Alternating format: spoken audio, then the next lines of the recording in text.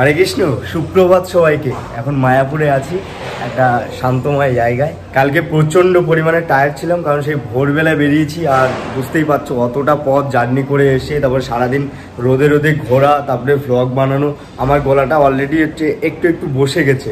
তো কালকে তাড়াতাড়ি ঘুমিয়ে পড়েছিলাম, তাড়াতাড়ি ঘুমিয়ে সকাল সকাল উঠে গেছি। উঠে স্নান টান করে একেবারে দেখতে পাচ্ছ ফ্রেশ ট্রেশ হয়ে রেডি হয়ে গেছি। কারণ ঘুমটা ঝাঁকানাকা ঘুম হয়েছে, কারণ নরম নরম গদির বেড পেয়েছি।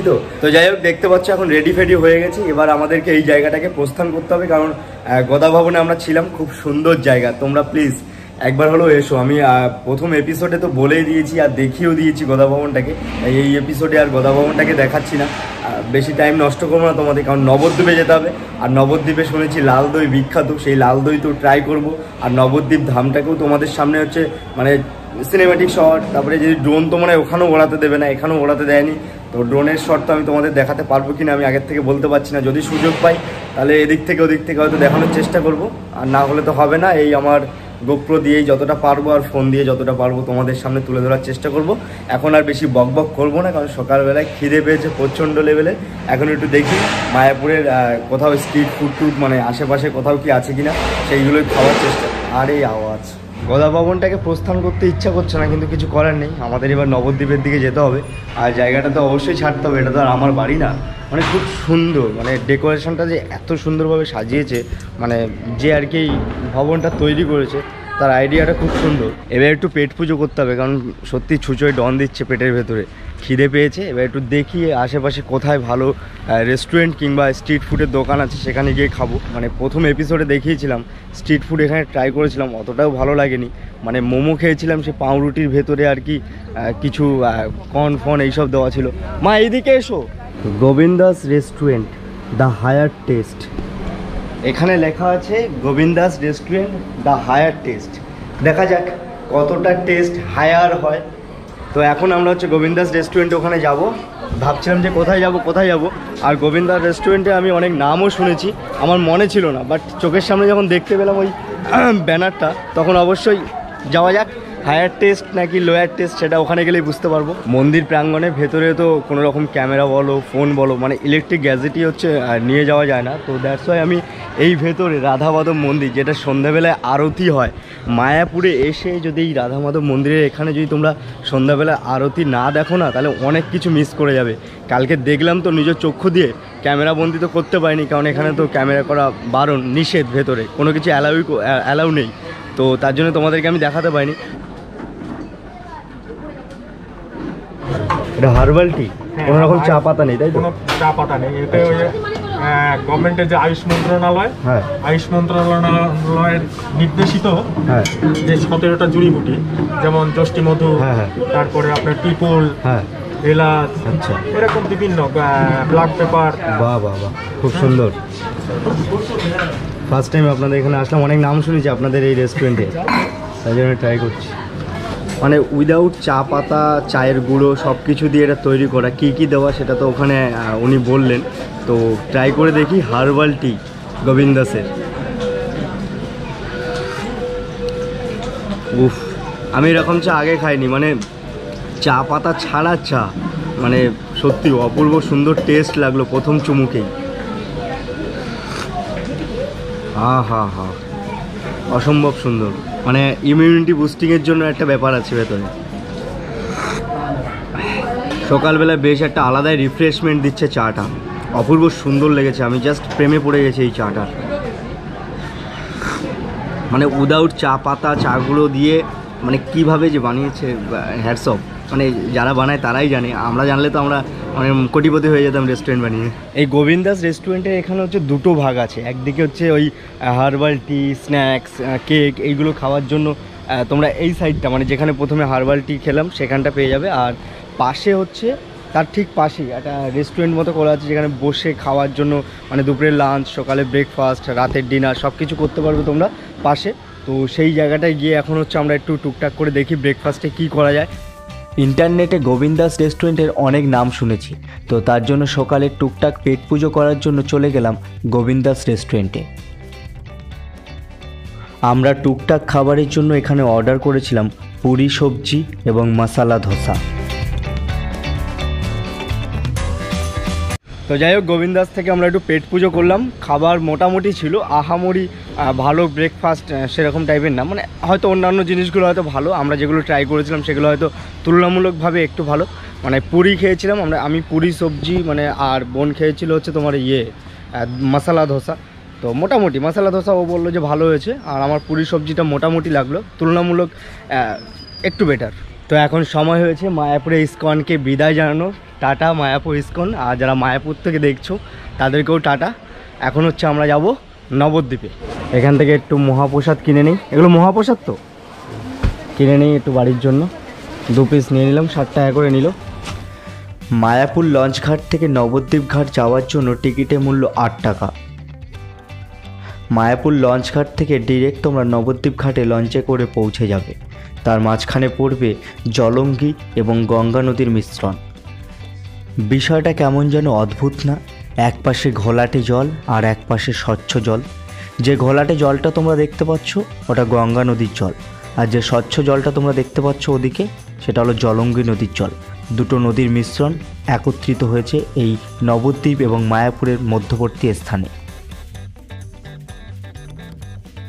তো লঞ্চে করে মায়াপুরে ওই ওপার থেকে এপারে আসলাম, মানে নবদ্বীপের এপাশে এসে আমরা একটা টোটো নিয়ে নিয়েছি, কারণ টোটো ছাড়া সম্ভব না। কারণ আমরা এখানে নতুন, এবার আমরা বুঝতে পারবো না যে কোন মন্দিরটাকে কি বলে, তার বিশেষত্ব কি আছে। তো তার জন্য টোটো দাদা আছে, টোটো দাদা আমাদেরকে সব কিছু বলবে। এখন টোটোতে করে আমরা টুকটুক করে নবদ্বীপ ভ্রমণ করব, আর নবদ্বীপের স্পেশাল মিষ্টি দই তো খাবোই। নবদ্বীপের প্রথম যেটা ধর্মীয় স্থান যেখানে আমি এখন হচ্ছে দর্শন করব সেটা হলো গুপ্ত রাধারানী মন্দির। ভেতরে প্রবেশ করতে দেবে কিনা জানি না, কারণ ভেতরে ক্যামেরা অনেক জায়গায় অ্যালাউ থাকে না। তো এটা হচ্ছে গুপ্ত রাধারানী মন্দির, এই যে দেখতে পাচ্ছ।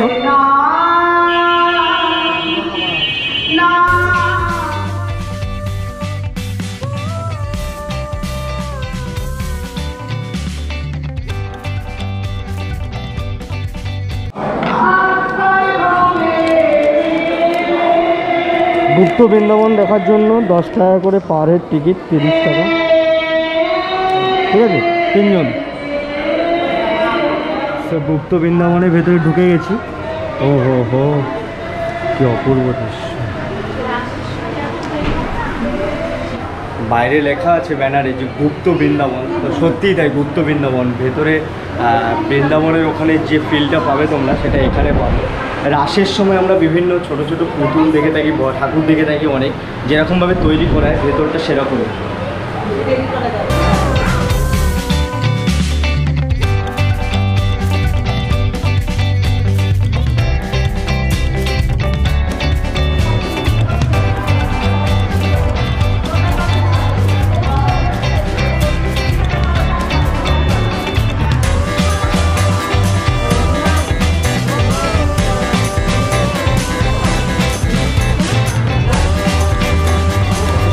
এর ভেতরটা প্রবেশ করতে 10 টাকা টিকিটের মূল্য, আর মোটামুটি বেশ ভ্রমণের জন্য খুব ভালো। ছোটোখাটো গুপ্ত বৃন্দাবন দেখা হয়ে গেছে। আবার আমরা টোটোতে করে এগিয়ে চলেছি আমাদের পরবর্তী ডেস্টিনেশনে। দেখি দাদা কোথায় নিয়ে যায় এবার। আমরা বলেছি মেন জায়গাগুলো যাব, কারণ হচ্ছে হাতে স্বল্প সময় আর একদিনে সবটা ঘোরা অসম্ভব ব্যাপার। তো আমরা মেন কয়েকটা জায়গায় যাব, তো গিয়ে সেই জায়গাগুলো দেখব। আমার তো বেশ ভালোই লাগলো গুপ্ত বৃন্দাবনটা, ভেতরে খুব সুন্দর। তোমরা এসে 10 টাকা দিয়ে টিকিট কেটে তারপরে অবশ্যই দেখো, আশা করি ভালো লাগবে। আমরা রাস পুজোর সময় যেসব মূর্তি দেখে থাকি, নিমাইয়ের জন্ম, কৃষ্ণ, সব কিছু সেইভাবেই আছে।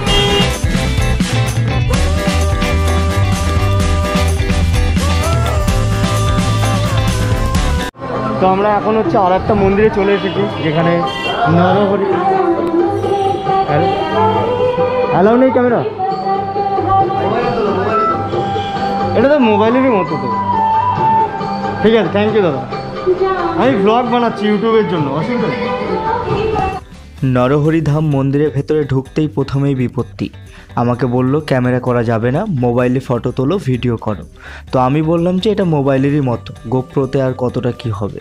তো তারপরে অনেক বলতে ওরা আমাদেরকে পারমিশন দিয়ে দিল, দেন প্রবেশ করলাম। তো প্রথমে বলেছিল যে ভেতরে ঢোকা যাবে না, তারপরে মানে ক্যামেরা করা যাবে না, তারপরে ক্যামেরা অ্যালাউ করলো। এই যে ভেতরটা দেখতে পাচ্ছ, গুহা, ভেতরটা গুহা। এটা কি সোনালি কালারে, আবার সোনা নাকি? বাপরে বাপ, কি অন্ধকার ভেতরটা। পুরো ভয় লেগে যাবে লিটারালি। বাপরে বাপ। আচ্ছা, এই গুহাটাকে ভেদ করে মানে ভেদ করে না, ভেতর থেকে এসে তারপরে হচ্ছে, ও বাবা কি বড় এই মূর্তিটা, দেখো কি বড়, বাপরে বাপ। নরহরি ধামের ভেতরে ঢুকেছি, ধামটা অপূর্ব সুন্দর। 10 টাকা তোমাদের বৃথা যাবে না, যে প্রণামীটা তোমরা ওখানে টিকিট মূল্য দিয়েছো।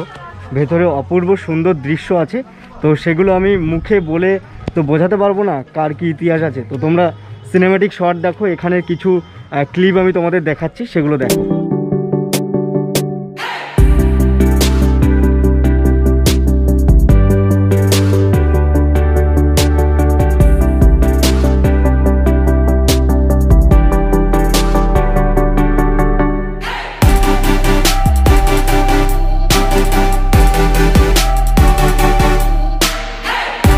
এখানে একটা রথ আছে, বড় রথ, এটা মনে হয় রথের সময় টানা হয়।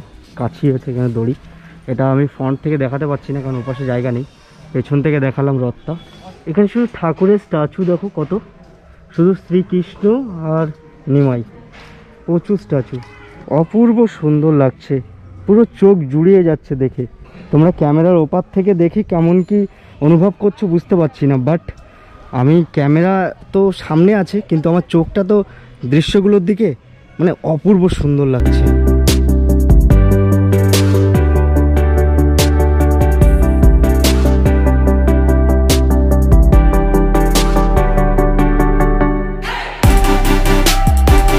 এর ভেতরে অনেক স্ট্যাচু আছে, তো সেগুলো আমি দেখাচ্ছি এমনি, মানে শর্টগুলো দেখাচ্ছি, কারণ এখানে গান চলছে, কপিরাইট খেয়ে যাবো, তার জন্য আমি এখানের কিছু ক্লিপ তোমাদেরকে ব্যাকগ্রাউন্ডে মিউজিকের সাথে দেখাচ্ছি।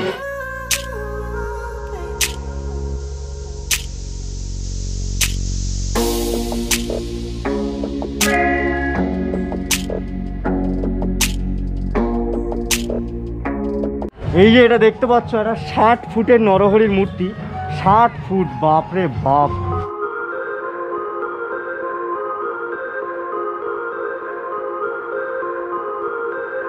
এখানে যে স্ট্যাচুগুলো করা আছে ভগবানের, মানে ঠাকুরের, আমি জানি না অ্যাকচুয়ালি হচ্ছে ওগুলোকে কি বলে, ওগুলোর কি ইতিহাস আছে, আমি কিছুই জানি না, বাট দেখে না সত্যি চোখগুলো না জুড়িয়ে গেল, মানে জাস্ট ওয়াও লেভেলের। জাস্ট এটা একবার দেখো, রাধা কৃষ্ণ দোলনায় আছে, উফ কি সুন্দর লাগছে। নরহরি ধামের ভেতরটা তোমাদের কেমন লাগলো অবশ্যই কমেন্ট বক্সে কমেন্ট করে জানিও। আমি ওর ভেতরে হচ্ছে বেশি কথা বলতে পারিনি, কারণ হচ্ছে ওখানে চলছিল, তোমার মিউজিক চলছিল, মানে গান চলছিল, সেই গানগুলো কপিরাইট পড়ে যাবে, তো তার জন্য আমি ওখানে শুধু ক্লিপগুলো নিয়েছি এবং ব্যাকগ্রাউন্ডে মিউজিক অ্যাড করেছি। খুব সুন্দর, খুব সুন্দর। তোমরা যদি আসো নবদ্বীপের এখানে, তো অবশ্যই নরহরি ধামটা দর্শন করো, খুব সুন্দর, খুব সুন্দর। এটা নিমাইয়ের জন্মস্থান। তো এখন হচ্ছে আমাদেরকে টোটো দ্বারা নিয়ে চলে এসছে নিমাইয়ের জন্মস্থানে এখানে। এই যে এবার আমরা এর ভেতরে ঢুকবো, বেশ মনকে একটা আলাদাই শান্তি দেওয়া যাচ্ছে। এখন হচ্ছে আমরা নিমাইয়ের জন্মস্থানে যাব। এখন আমরা যে মন্দিরটা এসেছি এটা হলো নিমাই, মানে যে প্রভু নিমাই তার জন্মস্থান এটা। তো এই জন্মস্থানটা তোমাদেরকে একটু ঘুরিয়ে দেখাই আমার কিছু ক্লিপের মাধ্যমে। প্রভু নিমাইয়ের জন্মটা এখানে হয়েছিল, এই যে নিম গাছের এখানে, তো তার জন্যই আর কি নিমাই নাম, যেটা আমি হচ্ছে জানতে পারলাম। আর এই যে মন্দিরটা দেখতে পাচ্ছ, এই মন্দিরটা খুব সুন্দরভাবে খড় দিয়ে সাজানো উপরে নিম গাছের পাশে। ভেতরে হচ্ছে আছে নিমাই এবং নিমাইয়ের মা, যেটা আমি লোকাল জানতে পারলাম।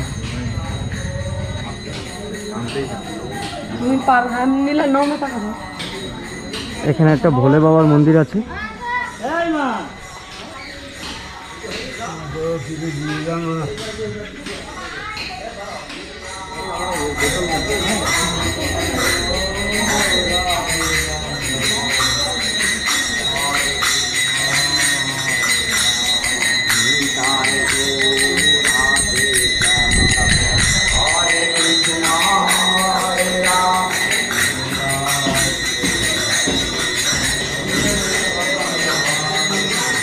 প্রভু নিমাইয়ের জন্মস্থান আমাদের দেখা হয়ে গেছে। এবার আমরা নেক্সট ডেস্টিনেশন যাব। কোথায় যাব দাদা এবার? কোড়ামাতলা। কোড়ামাতলায় যাব এবার। আমরা মেন কয়েকটা ঘুরছি, আমাদেরকে 7টা জায়গা দর্শন করাবে দাদা, টোটো দাদা। তো সেই জায়গাগুলো এখন দর্শন করি। তো এখন হচ্ছে আমরা কোড়ামাতলার এখানে এসেছি, আর দোকানগুলোর ভেতর দিয়ে আমরা যাচ্ছি। আশেপাশে অনেক ছোট ছোট দোকান আছে, লোকাল দোকান। এইদিকে মন্দির।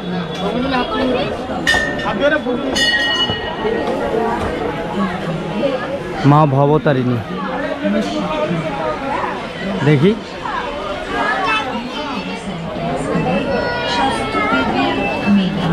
পোড়ামাতলা মেনলি এটাকেই বলা হয়। এই যে এখানে বট গাছের নিচে পুজো হচ্ছে, এটাই পোড়ামাতলা।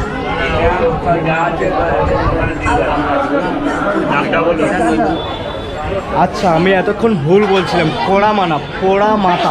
পোড়া মাতা মন্দির এটা।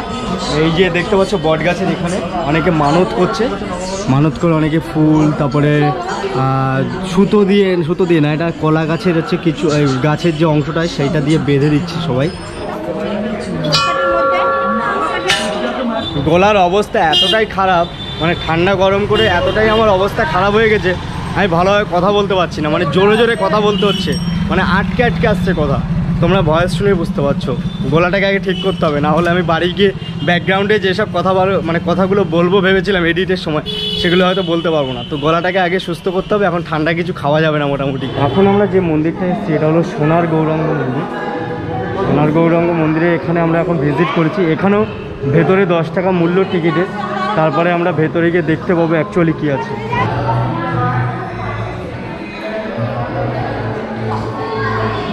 সোনার গৌরাঙ্গ মন্দিরের ভেতরে ঢোকার জন্য তোমাদেরকে আলাদা করে প্রণামী টিকিট, যেটা 10 টাকা করে, সেটা তোমাদের কাটতে হবে, দেন তোমরা ভেতরে প্রবেশ করতে পারবে।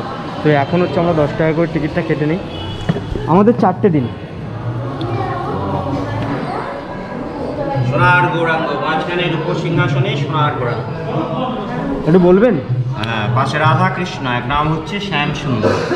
ইনি প্রতিষ্ঠাতা প্রভুপাদ প্রতাপ চন্দ্র গোস্বামী নিত্যানন্দ প্রভুর বংশধর। ইনি এই সোনার গৌরাঙ্গ প্রতিষ্ঠাতা। এই হচ্ছে নবদ্বীপের সোনার গৌরাঙ্গ। আচ্ছা আচ্ছা, নবদ্বীপের সোনার গৌরাঙ্গ এটা। তো আমি এখানে পুরোহিতের থেকে জানতে পারলাম যে এটা নবদ্বীপের সোনার গৌরাঙ্গ, আর বাকি ডিটেলস তো উনি বলে দিলেন। টিকিটের যে 10 টাকা মূল্য, সেটা একমাত্র এই যে 3টে ঠাকুর দেখতে পাচ্ছি সোনা দিয়ে মোড়া, তো এইটা দেখার জন্যই 10 টাকা মূল্য। তো অ্যাকচুয়ালি আমি বলতে চাই যে এই বিজনেসটা মানে না হওয়াই ভালো হতো। মানে সব জায়গায় বিজনেস, একটা ঠাকুর দেখবো 10 টাকা দিয়ে আমাদের দেখতে হচ্ছে, মানে টাকা দিয়ে ঠাকুর দেখতে হচ্ছে। এটা সত্যি মানে শুনতে খারাপ লাগলেও এটাই বাস্তব। এখানে এসে দেখতে পাচ্ছি 10টা টাকা দিলাম, সোনা দিয়ে মোড়া ঠাকুরটাকে দেখতে পেলাম। টাকার মূল্য দিয়ে আমরা ঠাকুর দর্শন করছি। আজকাল সব বিজনেস হয়ে গেছে। গলা বসে গেছে, তাও একটু আখের রস খেতে ইচ্ছা করছে, কারণ বুঝতেই পারছো বাঙালি খাবার দেখলে মুখ সামলাতে পারে না। কিন্তু এখন এই গরমের সময় একটু আখের রসটা কাজে দেবে, তাই তো কাকা? কাকার বাড়ি কি এখানে? এটাই কি বিজনেস? আখের রস বের করে মানুষের তৃপ্তি করা? বাহ, ভালো। বাঙালি আছলা বাঁশ দেয়, তুমি না আছলা আখ দিচ্ছ। আছলা না, তোমারটা ছোলা। তো এখন আমরা যেখানে এসেছি এটা হলো সমাধি বাড়ি, এই জায়গাটার নাম। আমি সমাধি ভারী বলে ফেলেছিলাম, সরি এক্সট্রিমলি, কারণ ভয়েসের খুবই খারাপ অবস্থা, কারণ গলা একদম গেছে, তো তার জন্য আর কি আমি ভুলভাল বলে ফেলেছিলাম, এক্সট্রিমলি সরি। মন্দিরের ভেতরে অনেকগুলো পিলার তোমরা দেখতে পাচ্ছ। এই পিলারে বিভিন্ন ধরনের স্ট্যাচুগুলো আছে এবং তাদের নামও লেখা আছে। এটা কি লেখা আছে বুঝতে পারছি না, এখানে হচ্ছে পড়া যাচ্ছে না। যেমন এখানে ধরো শ্রীকৃষ্ণ লেখা আছে, তোলা শ্রীকৃষ্ণ মূর্তি। তো এরকম টাইপের আমি কিছু ক্লিপ তোমাদের সামনে তুলে ধরছি, সবটা তুলে ধরতে পারবো না, অনেক লেন্দি হয়ে যাবে ব্যাপারটা। যেমন এখানে ঝুলন লীলা লেখা আছে, এখানে এরকম টাইপের কিছু আছে, সেগুলো আমি তোমাদের সামনে তুলে ধরছি, সেটা দেখো।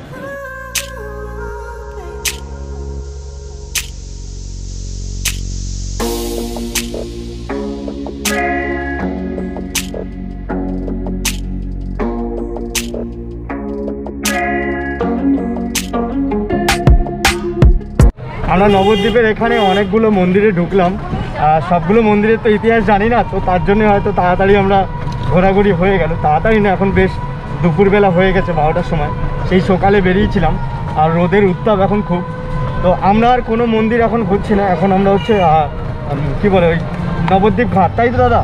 হ্যাঁ, নবদ্বীপ ঘাট, যেটা নদীর পাড়, সেখানে যাব। ওখানে গিয়ে কিছুটা একটু সময় কাটাবো, তারপরে ওখান থেকে আমরা নদী পার হয়ে দেন হচ্ছে আমরা গাড়ি ধরে কৃষ্ণনগর যাব। কৃষ্ণনগর থেকে আমরা বাড়ি। আমরা টোটো দাদাকে বাই বাই বলে দিলাম, কারণ টোটো থেকে আমরা নেমে পড়েছি। এবার হচ্ছে আমাদের যেটা টার্গেট, মানে আমার মেনলি নবদ্বীপে যেটার জন্য মেনলি আমি আর কি এক্সাইটেড হয়ে আছি, নবদ্বীপের লাল দই। প্রচুর নাম শুনেছি নবদ্বীপের লাল দইয়ের, তো সেই নবদ্বীপের লাল দই এখন আমি ট্রাই করব। তো ফাইনালি নবদ্বীপে স্পেশাল মাটির ভাঁড়ে লাল দই, যেটার জন্য আমি অনেক অপেক্ষা করেছিলাম আর যেটার নাম অনেক শুনেছি আমি। তো ফাইনালি এখন আমার হাতে মাটির ভাঁড়ে নবদ্বীপে স্পেশাল লাল দই, যেটা দেখতে পাচ্ছ এই থকথকে একটা কালার। এবার খেয়ে দেখা যাক, এত যে নাম শুনেছি নবদ্বীপের লাল দইয়ের, ভেতরে কি একটা দেওয়া আছে জানি না এটা অ্যাকচুয়ালি কি, শর মতো।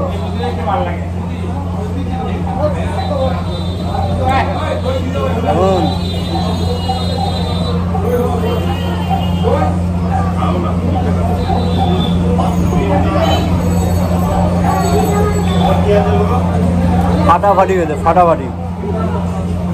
ওপরে যে স্তরটা দিয়েছিল শর্ট টাইপের, দারুণ।